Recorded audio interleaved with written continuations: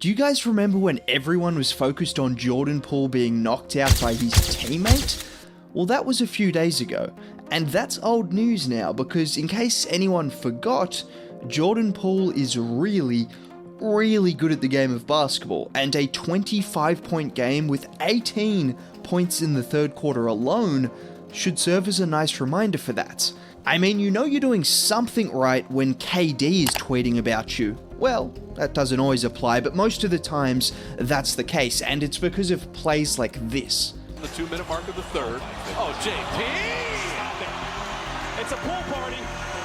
I mean, can we just slow this down for a second? He starts by hitting the first defender with an in and out that sent him into a different dimension before gathering with a behind the back and finishing with a soft floater. You guys already know my thoughts on JP. I make it clear every single video. There are not many people in the NBA that can do the things he does, and the Warriors somehow have not just one player that can do stuff like that, but two of them in the backcourt. Now, don't get me wrong, we still don't know how the relationship between Draymond and JP is going to look. We don't even know how the relationship between Draymond and the rest of the team is going to look. But if you watched his press conference, I think that should have given you some hope. There's still a long way to go. Like Kevon Looney said, he's got some work to do to get the trust back from us, but I think he's willing to do so. And I do believe Draymond is willing to put in that work and give the time needed to get that trust back. But in the meantime, one thing I know for certain, Jordan Poole isn't going anywhere. And just ask Steve Kerr. There's a reason he's in this position, about to, sign a big extension, hopefully. And guy's tough. He's just mentally tough. He's physically tough. But before I talk more about JP, because there was one part of his game against the Lakers that really interested me, and it did involve the number 2 overall pick. I just mentioned Kevon Looney's comments about Draymond before. Well, what was more impressive was his performance yet again. Gone are the days where people should just consider Wiseman to be a guaranteed starter when he starts to find his feet. And some people think that's disrespect to Wiseman. That's got nothing to do with Wiseman and everything to do with Kevon Looney, who is a very good player, particularly on the defensive end of the floor. Because if you were to just look at the box score from this game, you would think AD dominated Looney, but that couldn't be further from the truth. Because when Looney was on the floor, AD really struggled. After scoring 4 times in a row with Loon off the floor in the second quarter, Loon came in and forced him into 3 consecutive misses to end the second quarter. But that wasn't even the best of his defense. Watch in the first quarter where AD gets the ball in isolation. He pump fakes before driving to the rack, and who's there to send his shot away?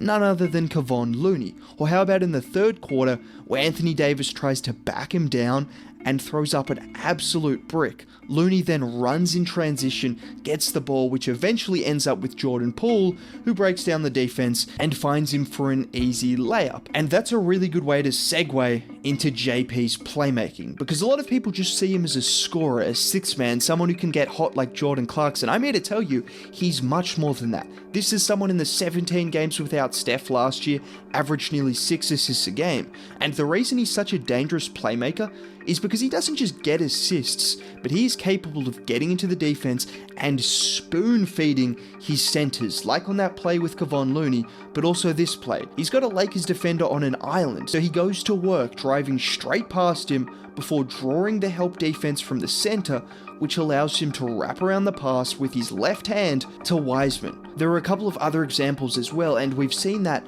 all throughout last year.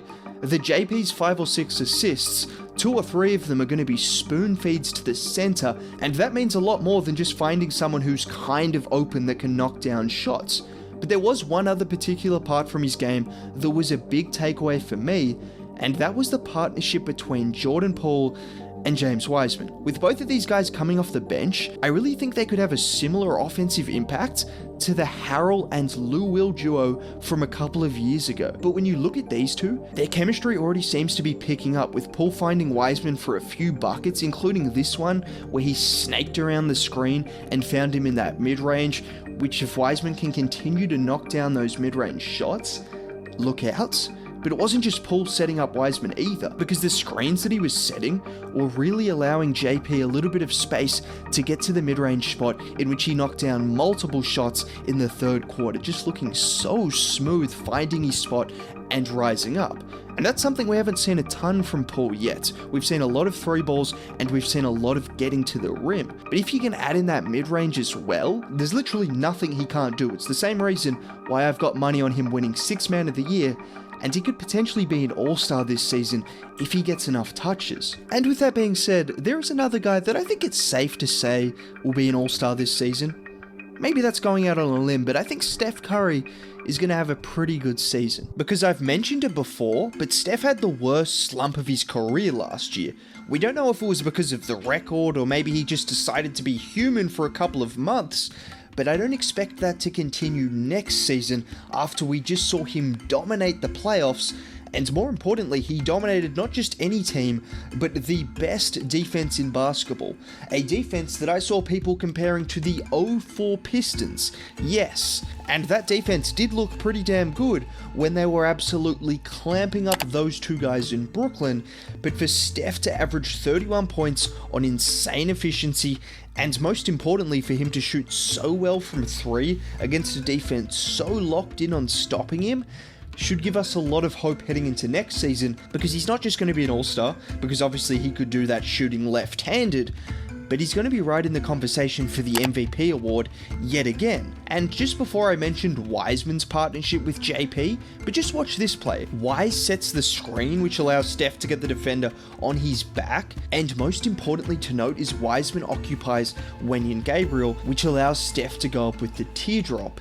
If there's not a lob threat there, there's every chance that a defender comes over. Steph probably still makes the right play, but this just gives him more room and more avenues to score, because there is one thing we have seen so far in James Wiseman's career: he will dunk the ball, he will catch lobs, and he will set screens, something Steph has rarely had in a partner, apart from, I guess, JaVale McGee. We also haven't seen just how good Steph could be with the improved Jordan Poole and a healthy Clay, because the crazy thing is, the playoffs were really the only time we saw Steph, the improved Jordan Poole, and a healthy Klay Thompson on the court at the same time. And we saw the numbers he put up in the playoffs. If you can push that forward to the regular season, and for those two to just take the pressure off Steph, and for the defense to have to focus on those two guys on and off the ball, alongside Andrew Wiggins, who shoots 40% from three and is an elite slasher. Oh yeah, and to round out the lineup, you could have a passing big like Draymond Green, or someone like Looney who can do a little bit of rolling, a little bit of passing, or James Wiseman, who is an absolute lob threat. That starting five, if you want to just lock in on Steph Curry, you're giving up 100 points to Wiggins, Poole, and Clay without a sweat. And that's why I think Steph could be in for a huge season. This is also the same guy that averaged 32 points a game on insane efficiency, with Kelly Oubre Jr. and Kent Bazemore next to him. So who really cares about his teammates at the end of the day? But it's going to be fun to watch, that's what I can guarantee. That's all I've really got to say. If you did enjoy the video, a like would be greatly appreciated. Subscribe to the channel for more. Have a great day, bye.